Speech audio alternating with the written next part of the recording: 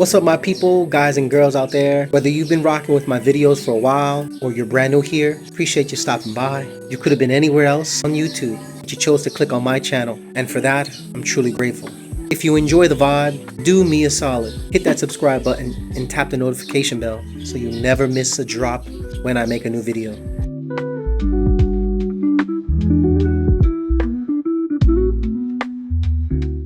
Alright guys, in today's video, it's going to be a real, raw, and probably a bit controversial, but it needs to be said. There's no doubt about it. Check my videos, my TikTok. People know that I love the Philippines. And I live here, and I've been living here for nearly a decade.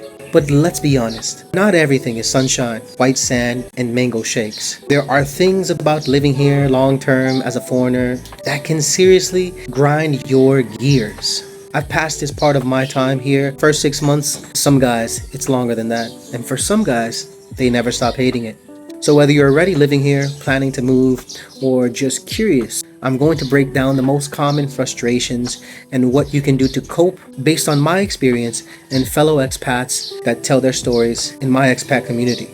Number one on my list that I think a lot of you guys would struggle with is the bureaucracy. This is a classic one. If you think dealing with paperwork back home is a pain, it's not just a line, it's the inconsistency. One office tells you this, another says something else. You need 6 photocopies of something you didn't know existed. And don't get me started on come back tomorrow. I've been through this. Although I know how to cope with it, and I do, complaining sometimes will lead you in big trouble. I once spent 3 days just trying to get a driver's license because the system was down. Another dude I know had to fly back to Manila because the provincial office couldn't process his visa extension. How in the world could anyone cope with this? Here is my recommendation. Always ask for a checklist. Get a local friend or your girlfriend to guide you. Always practice patience. Treat it like a cultural experience because honestly, it is. The next one on my list is super common. A lot of you guys deal with it right now, and that is noise pollution. If you're expecting peaceful mornings and quiet nights, be ready to adjust.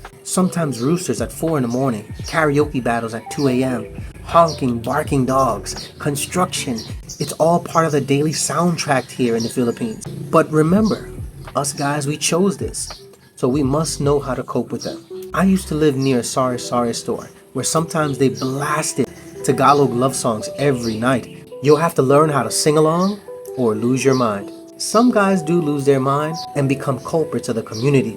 So before you do that, you better learn how to cope with it. Choose your neighborhood wisely. Avoid areas near schools, roads, or barangay halls if you want more peace. Soundproofing is something a lot of the guys in the community tell me that they've done. Now this one has been a culprit for me for years, and that is unreliable internet and power outages. If you're working online, internet speed varies like crazy depending on your area. Some places have fiber, others are stuck with 5 Mbps on a good day. But how does one deal with such atrocities when they do happen? Have a pocket Wi-Fi system. You can buy it online. There are usually like about 1,000 pesos or $20. That would be a good backup. Invest in a small generator. It can be solar power or gas power. Or Starlink. It'll cost you a big buck to set up, but you'll thank me later.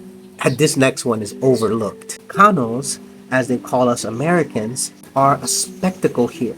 As a foreigner, especially in smaller towns and provinces, you're always going to be watched. People notice you, talk about you, and sometimes even follow you with their eyes everywhere. Let me give you a good example. When I first came here, my hair was long as shit. People knew I was a foreigner. I went to a wet market one time when I first noticed this, and everybody locked their eyes on me. It was such an awkward situation. Something that doesn't bother me anymore now though. Accept it as curiosity, not hostility. Over time, this will become less of a novelty. Or what some guys actually do, if they feel out of place like this, they'll move to a more friendly foreigner place, like Dumaguete, Cebu, Davao, where you can blend in a bit more. The next one doesn't really happen to me often, and it's that thing that often stings some foreigners, and that is foreigner pricing. And it's real. You'll get quoted higher prices at markets, tricycle rides, even rentals. Not always, but it does happen. The important thing for you is to learn some of the basic Tagalog or Bisaya just to show that you're not a clueless tourist. Ask your girlfriend or friend to inquire first, then you come in later. Sometimes I always ask my woman, hey, you go ask them. It's simple and it works like a charm. The next one, heat, humidity, and health. Let's talk the climate, guys. The heat here is no damn joke. It's not just hot, it's wet, humid, sticky, heat that saps your energy, and it can affect your health over time, especially if you're not used to it. The first year here I had constant heat rashes and got dehydrated easily. Things that I recommend you to do for this is hydrate like crazy, especially through the months of April and June. Stay indoors midday. It's hot as hell outside midday. Aircon or air conditioner is a must. It'll raise your electric bill, but who the hell cares? Scams and being targeted. Sadly, some people see foreigners as easy targets. Whether it's fake investment deals, sob stories, or friendly locals who turn out to be con artists, it happens. There's an expat in my community that was sweet-talked into funding a family farm project. Turned out the farm didn't even exist. He lost a ton of money, he went back home, and now he hates this country. Just because of one person that did him wrong. He deemed this country as unlivable.